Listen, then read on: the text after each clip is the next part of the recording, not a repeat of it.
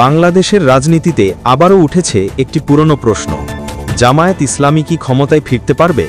এই প্রশ্নের জবাবে এবার সরাসরি মন্তব্য করলেন জাতীয় নাগরিক পার্টির মুখ্য সমন্বয়ক নাসিরউদ্দিন পাটোয়ারী। তিনি তার ভেরিফাইড ফেসবুক আইডিতে লিখেছেন, জামায়াতের রাষ্ট্র ক্ষমতায় যাওয়ার প্রশ্নই আসে না। এই এক বাক্যেই যেন আবার সরগরম হয়ে উঠেছে রাজনৈতিক অঙ্গন।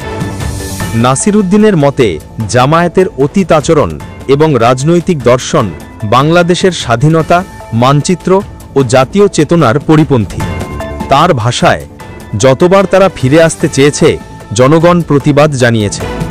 এই দেশকে আর অন্ধকারে ফেরানো যাবে না।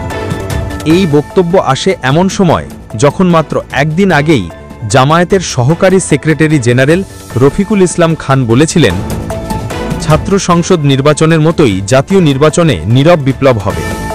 অর্থাৎ জামায়াত তখনও আশাবাদী ছিল ক্ষমতার দৌড়ে ফিরে আসা নিয়ে।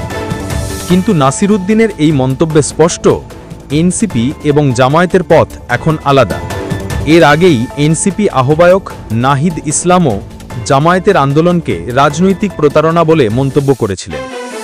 রাজনৈতিক বিশ্লেষকদের মতে, জুলাই অভ্যুত্থানের পর এনসিপি তরুণ প্রজন্মের এক বড় অংশের সমর্থন পেয়েছিল।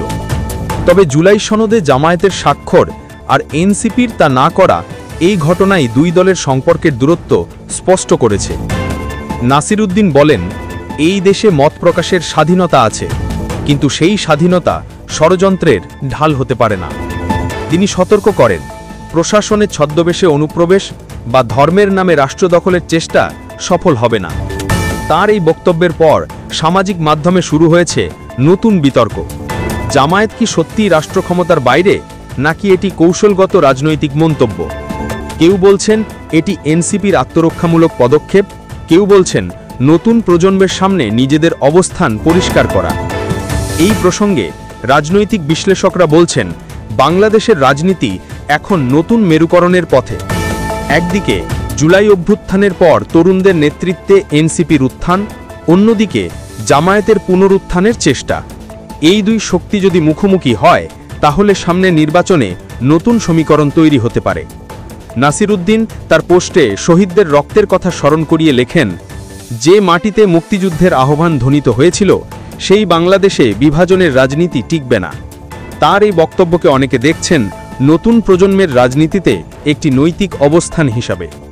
তবে রাজনৈতিক পর্যবেক্ষকরা মনে করছেন, এই অবস্থান জামায়াতের জন্য নতুন চ্যালেঞ্জ তৈরি করতে পারে। কারণ একদিকে জাতীয় ভোটের প্রস্তুতি, অন্যদিকে নতুন প্রজন্মের দলগুলির কড়া সমালোচনা, দুই দিক থেকেই চাপ বাড়ছে তাদের ওপর। বাংলাদেশের রাজনীতি এখন নতুন মোড়ে। কে নেতৃত্ব দেবে পরিবর্তনের, আর কে পড়বে ইতিহাসের বাইরে, সেটি এখন দেখার বিষয়। আপনি শুনছিলেন ওয়াইটিভি বাংলা নিউজ। সাবস্ক্রাইব করুন আর সাথে থাকুন সত্য ও নিরপেক্ষ সংবাদ বিশ্লেষণে।